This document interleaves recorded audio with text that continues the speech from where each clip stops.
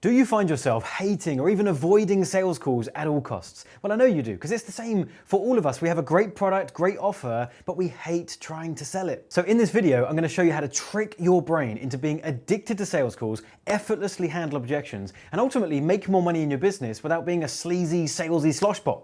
Try saying that 10 times.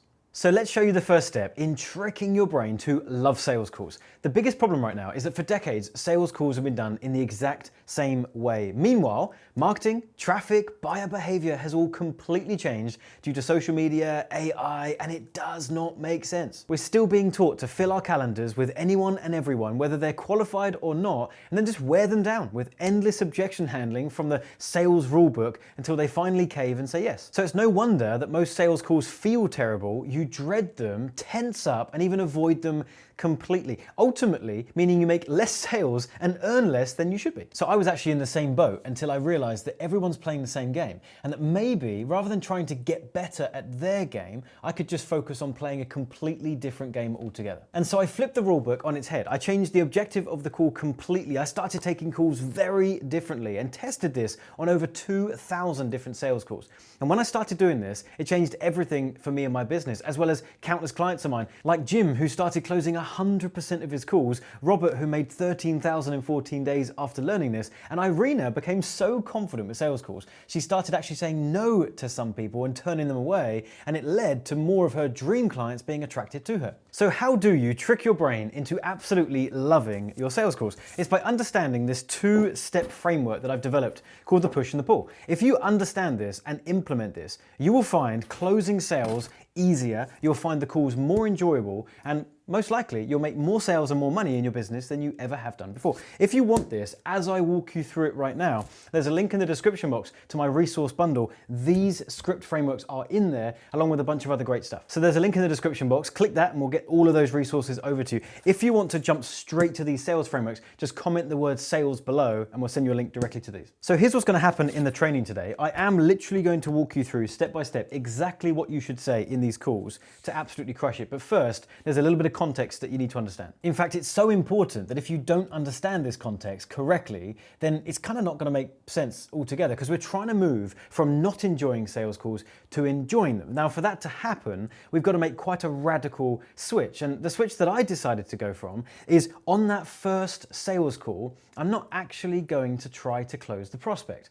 And that is actually the foundation for why this strategy works so well and why we start to begin to actually enjoy these sales calls and convert at a higher rate once it's all said and done. And it's because of this. The sales gurus have tarnished and ruined this game for us all, because they have now trained prospects that when they book a sales call and they jump on that call with you or meet you on Zoom, that they're going to be hit with a sales conversation. They're going to have someone trying to get their credit card information at the end. So they arrive on those sales calls with a guard up, slightly reserved, not willing to be fully honest, and that makes the sales call so much harder anyway. It's like wading through treacle to get the answers out of the prospect that you need to effectively sell them anyway. And so what I was noticing, trying to do that and watching other people do it and seeing my clients having a crack at it, that it was leading to a second conversation anyway, right? We don't close on the first call, but we've shown our hand, we've been a little bit boisterous, and on the second call, we just kind of hope they show up, and then we do the whole follow up and see if they're ready to make a decision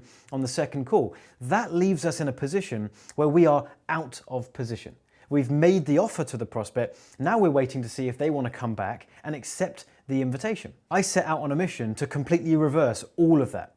I wanted to make the prospect feel great. I didn't want them to feel sold. I wanted to enjoy the process and I wanted to convert higher. And to do that, I effectively took what was already the first call where we're trying to close and not doing it, and a follow-up call, and actually designed a process that had these two working together. So here's how this works. The first conversation is called the push call, and this is the push framework. And the idea is we're going to get 95% of the work done on that first conversation with one main change, which is that they're not allowed to join the program.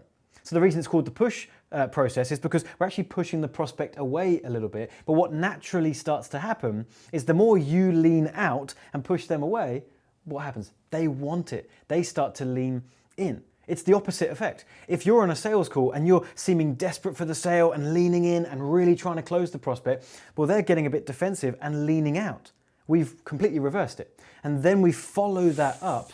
If that's been perfectly positioned, we follow that up with the pull call, where again, if you do all of the steps exactly as I tell you to, you will naturally, effortlessly pull clients towards you and have them signing up and sometimes rushing to give you their credit card. So that's a little bit about the setup, and it will all become a bit clearer as I take you through this framework. So let's follow along. First conversation, when they book the call with you, even before we get on the phone or meet on Zoom, I make it clear to them that this is not a sales call. They will not be allowed to buy anything. There is a process to see if they're a good fit, and they have my word that they will not be asked for their credit card information on this first call. It's really important that the setup has been done correctly in that way, because we're not trying to get their guard down on the call. We actually want them to enter with that guard already starting to come down. And then we pick up on that by committing to our word when we're on the call. So they arrive on the push call, they're feeling good, they're wanting to believe what you said, that this isn't a sales call, but they're kind of also a bit reserved. So we start the conversation. Point number one, we intro the call. We thank them for their time, we check if it's still a good time, we dive straight in, and we ask them a question. Now it's really important we do this, and we limit the amount of small talk at the beginning. Because if we have loads of small talk, you're getting too friendly with the prospect, and you move from advisor and prospect to friend zone, and it's really hard to close someone at the end of a friend zone. So we want to get straight into positioning the call, what we're here to do, ask them a question. It can be something friendly, by the way. It's like, hey, where are you calling in from? Or, how's the weather where you are? But by asking a question, you've established that you're leading the conversation. And then we move straight in to here's what's going to happen on the call today, here's the objective, and here's what we're trying to achieve, which is ultimately to get to know you, the prospect, and see if I can help. And if I can, I'll let you know what that looks like, and if I can't, I'll of course tell you that as well. This should only take 1 to 2 minutes, and then we move to the second point, which is the reverse frame, and I love this. This is where you make it crystal clear that what you said in the setup is actually true. So we say, and look, if it turns out that I can help you and I feel like we would be a good fit, I just wanted to let you know that I won't be making an invitation to join the program today. And you insert a reason why that's the case. You want to justify it. It's got to be something that's true for you and your business. It might be that you work with a limited number of clients and you've got some other people to speak to this week, so you want to speak to everyone before you make a decision. Maybe you've got a wait list, a cohort, enrollment's not open yet. Whatever the case is for you, you want to have a justified reason why that's happening, but a reason nonetheless, and we lay that out and we get their confirmation that they're happy with that. So we say, so I just want to check that you're okay with that. And they'll say yes. Then you put a second nail in it and you say, awesome. So just to be clear, even if we get to the end, even if we talk about my program and what's included, even if you love it and want to throw your credit card at me, I won't be accepting it today. We will go away, have a chance to both think, and then we'll reconvene. Now it's so powerful because by adding that second nail in there, by making it really clear that this is important to you, they're starting to really believe it, but we've also got them to picture getting to the end of the call and wanting to throw their credit card at you. So we're kind of pre-framing that in their mind, which is quite powerful. And then we move to the detective. Now the detective is not unique to me, okay? Everyone's been teaching this in sales for a long time, but it is important that you do it right, which is that you've got to ask questions. Like a detective, you're looking for clues. You're trying to figure out who is this prospect, what are their problems, what do they need, what have they tried, why are they stuck, what's the pain, and what's the real pain behind the pain, and you want to get a really good picture of who this prospect is and what the problem actually is. And you don't move on from detective until you feel you have. It takes about half an hour. There is a correct way of asking these questions and the types of questions that you ask, but that's the detective. And then once we feel we're clear on that, we move to pain amplification. And this is where we're not doing it to be mean and nasty, but we do want to just poke the pain a little bit, because people don't make a buying decision typically out of a feeling of wanting pleasure. They're making a buying decision because they're trying to escape pain. So once we've figured out what that is, we just want to poke it a little bit. We want to ask a few questions that's going to bring that pain more and more to the surface, because it is just going to put us in a better position for this particular phone conversation. Then we move to step 5, which is create doubt. And creating doubt is we do want them to start to realize that all the other options that are available to them are most likely going to fail them, and why you have got something unique.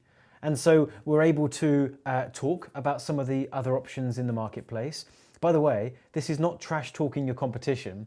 This is not name dropping other companies or people that are in your industry.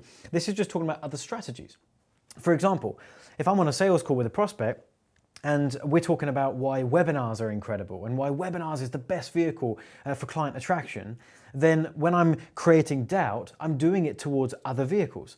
I'm going to just explain why VSLs, for example, are broken and it's not a good model. I'm going to talk about challenge funnels and the pros and cons, but focus more on the cons. I'm going to talk about live events and the restrictions and the cost and all this kind of stuff, which just points them back to why webinars are incredible. So that's what we're doing here. We're creating doubt for the other options to further amplify the one that we're positioning.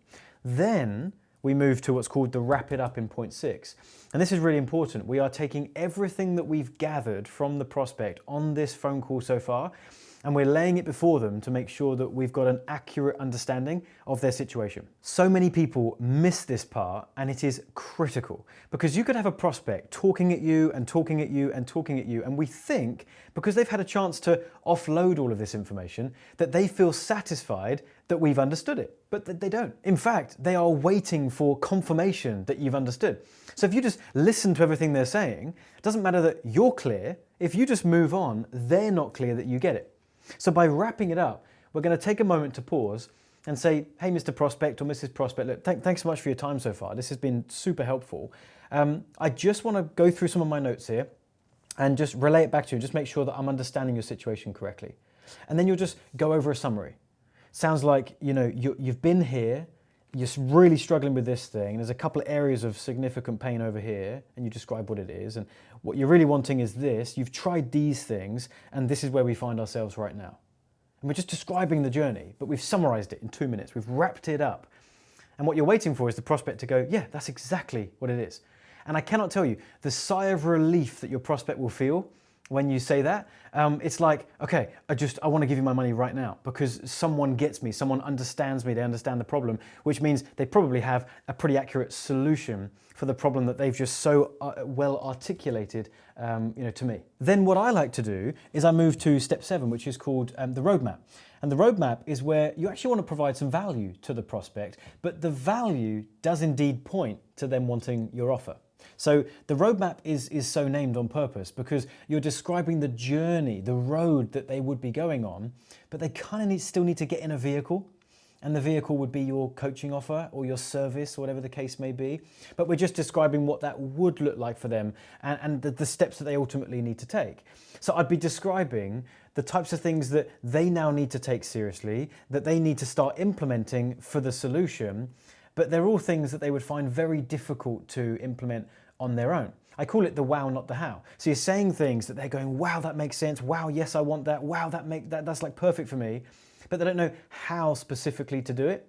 So they're on the call with you, getting this information for the wow, but then they would need to invest in your program for the how. So by the end of the roadmap, if you've done this correctly, the prospect should be feeling really relaxed, they should be feeling really understood, and they should be feeling fired up and excited that you've got the answer to their problem. And that's when we lead to point 8, which is the push pitch.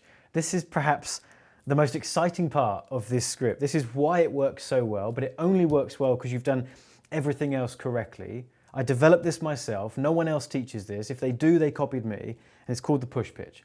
And the idea here is this. We want to start talking about the offer. We want to describe the offer in detail. We want them to want to buy the offer. The only difference is that right now we're not actually going to allow them to enroll.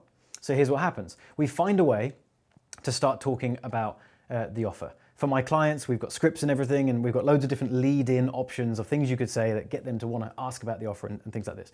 Once you start talking about it, you just pause for a second and you say, James, look, of course, I'd love to run you through that. I'll take you through the program, how it works, how much it costs, all the details. I just want to remind you of what I said in the beginning. I won't be making an offer today, so we can talk about it, but then of course we'll both go away and have a think. I just want to check that you're okay with that. And then they'll say yes, and they'll feel fantastic about that, because what prospect wouldn't want to be put on the spot to make a buying decision? What prospect would hate the idea of being able to go away and think about it? That's one of the biggest objections. That's what every prospect ultimately wants. And by handing it on a silver platter, it feels so comfortable to them but they don't realize that actually it's still putting us in the power position. Because here's what then happens. I can sometimes make a bit of a joke about it. I can say, okay, great, as long as you know that if this sounds incredible and if this is exactly what you want, I will not accept your money today. Maybe tomorrow, maybe the next day, we'll connect again. And they'll say yes. The more they're hearing that they can't buy this thing, the more they're going, well, if this sounds good, like I'm gonna really friggin' want this thing. And then, once we get their verbal confirmation that they're happy with that, they are perfectly positioned with guard fully down because they believe now that you won't sell them. You're able to sell the pants off your offer, make it sound so sexy, so incredible. You can sound like a kid in a candy store talking about your product because neither of you feel weird about it because you've agreed that they can't buy it today. So you proceed to just talk about everything that's in your offer. You say, great, well, here's how it works. When you join the program, week 1, we do this, I give you this, we jump on a call, we answer these questions, I give you this homework, I've got these AI prompts, and I do this and this and this and this and this, and all the way along, they're hearing this going, this sounds like magic, this is amazing, this is exactly what I want. And the more they're hearing it, the more they're not allowed it. That then leads into point 9, it's objection handling. And you might say, well, John, how can we be doing objection handling when we haven't even made the offer? Well, this is the magic thing, is that because we've not actually extended the invitation to join, objection handling at this point feels far more natural. Because we're able to ask the prospect, hey, on a scale of 1 to 10, how likely does this sound like it's the offer that's going to help you get the results? They might say 10. You say, great. Have you got any questions about it? And they start offering their questions, objections. You start handling them. There's an appropriate moment for you to say, well, look, seeing as we've got so far in the process, I may as well put down on my notes here, what kind of payment option you would want if we're going to move forward on something like this. And then, of course, I can just give that some thought and we can reconvene in a couple of days. So, would you be looking to pay in full or would you be looking to chop this up perhaps? So you're getting all this objection handling done. You're getting all this pre-work done. You're answering all of their questions. And then the final thing to do is step 10 is to get some tie downs. Tie downs are where you are getting verbal confirmation that there's no ambiguity and that there are certain things that we just agree on. And the first thing we want to get a tie down on is that we agree they want the offer. Okay. The second tie down we want to get is when they can start, and ultimately we want them to be able to start, relatively soon. So we find that out if they got any holidays or trips or anything coming up. And the third thing is payment and price. Like what option would they want? If we get those 3 tie downs, then we rebook to connect with them again in a couple of days. I cannot tell you how powerful this process is. You have delivered the most incredible sales conversation. Everyone's felt great. There is so much buyer demand with the prospect. And now, when you connect again in a couple of days, they're not resenting that call and trying to ghost you and they felt uncomfortable. They can't wait. Sometimes they are literally dying to have that second conversation with you and chat to you again. So then what happens is we pick up where we left off and we deliver call number 2. Now it's really important that you deliver this call in a very specific way to match what we did and the energy of the first script, the push script, okay? So of course, these frameworks are available to you. Don't forget, links in the description box. So click that, tell us where to send it. You get my whole bundle, or comment the word sales below and we'll get you straight to these ones. But let's walk through now the pull script so that we can actually make the sale in a really effortless way. And by the way, it's typically a much shorter conversation, shorter than most follow-up conversations would be. So even if you think, John, this process sounds like it would be longer because it's a built-in 2-call process, I'd rather try to close on the first call. You've got to remind yourself, how frequently are you even closing on the first conversation? Because if you're not, or not very often at all, and you're doing a second follow-up, but then you're already doing a 2-call, and it would be better to have some structure, and this typically is quicker, all things considered. So we meet them on the second call. First thing we do is the check-in. And this is where we just, quite simply, check in, see how they're feeling, see where they're at. We'll just say, hey Jane, great to speak to you again. How are you feeling since our last conversation? And you're just gauging the response. Like, what do they say? Do they still sound excited, feeling good? Or is there a tone change? Are you picking up on some cues that, maybe they're feeling differently now, not quite as sold as they were before? It's just important that we know that so that we can navigate this conversation. If they're feeling good, we move on. If they're not, then we stay here and we unpack how they're currently feeling and work through that, all right? Then that leads to the recap. And I like to recap what we covered on the first conversation. And typically that's recap the problem that they have and what we learned about their situation. Recap that we talked about the offer and they wanted it. and then recap the outcome that they're ultimately after and what their big goals are. And then we get them to confirm that the recap is accurate and sounds good to them. And oftentimes it's a big yes and they're feeling great, but we've got them to agree to that recap, which includes the fact that they wanted the offer. All right, so that's a really important piece. Then we move to step 3, which is qualification. There needs to be something in here to where we are qualifying them for the offer. So we're going to say, look, I've been really looking forward to this call, really looking forward to catching up with you again. I just wondered if I could clarify a couple of things, or a couple of things I just wanted to just touch on off the back of our first call. And by saying that, it almost makes it seem like an invitation into the program is not guaranteed for them. There's a couple of hoops to jump through. And in most cases, there is actually. You know, you want this to be as true as possible. So find things from the first conversation that were genuinely, concerns, and then we address them here, and it's part of the process. And you can make them anything really, but it just needs to be something legit so that we can actually do this piece. Because by not just jumping on the second call and rushing straight in to invite them into the program, we are just positioning this whole thing slightly better. We're making it clear that we're not desperate for the sale. We're not jumping in here like a bull in a china shop to get the sale. In fact, there's a couple of concerns I've had. It further enforces the leaned out energy that you've got and naturally encourages a leaned in energy from them. Then we move to the good news, bad news. And it's a simple step and you can find the best way to deliver it for yourself. But the way I like to do it is I just say, look, well, at this point, I've got some good news and some bad news. Which one would you like first? And it doesn't really matter what they ask for. The good news is that they've been invited into the program, and I'd like to extend an invitation. The bad news is a bit of a joke. I'm just like, the bad news is you're stuck with me for the next 6 months, or however long your program is. You're stuck with me for the next 90 days. Welcome to the family. So whichever one they ask for, it's fine. It's bad news is a joke. Good news is the invitation, and it leads perfectly into point 5, which is the assumed close. The assumed close is where we don't ask them if they accept the invitation. We assume they want in. Because if the tie downs on the first conversation were done correctly, and the build up to the second conversation has been increasing the buyer demand, then we do the recap correctly, the check-in correctly, the qualification correctly. We're assuming they want it. If we would invite them in, they would want it. And even if there's an ounce of you're not sure, you still assume it. So it would sound something like, so awesome, well listen, I've got your account pre-set up because I was assuming that you'd want to accept the invitation. So when you're ready, give me the long card number on the front of the card you'd like to use. We'll get you enrolled, we'll get you set up, we'll book in our first coaching call and we'll hit the ground running. So when you're ready, give me those digits and I'll paste those in.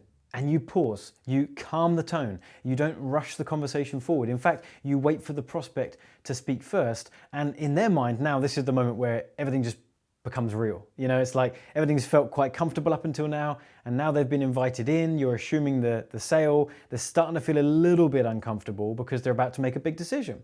Not that we're doing anything weird or out of practice, but they're just about to make a big commitment. So they're feeling perhaps a little bit fearful, a little bit worried, they might have some further questions. Some people in this moment just say, awesome, great, yep, let me get my card, and they read you the digits. And I tell you what, the first time you experience that, it is the best feeling. First time you deliver a 2-call script like this, you do the second call, everything's felt epic, and the prospect just says, yeah, I'm in. And you punch their digits in, the card goes through, 10 grand sale, it feels absolutely electric. But don't be concerned and worried if they have further questions, if they are a bit nervous. So that moves us to step 6, objection handling. We're doing a second round of objection handling. Sometimes it's going to be repeating things that they already asked you on the first call because they're just trying to kill time because they're feeling nervous. That's fine.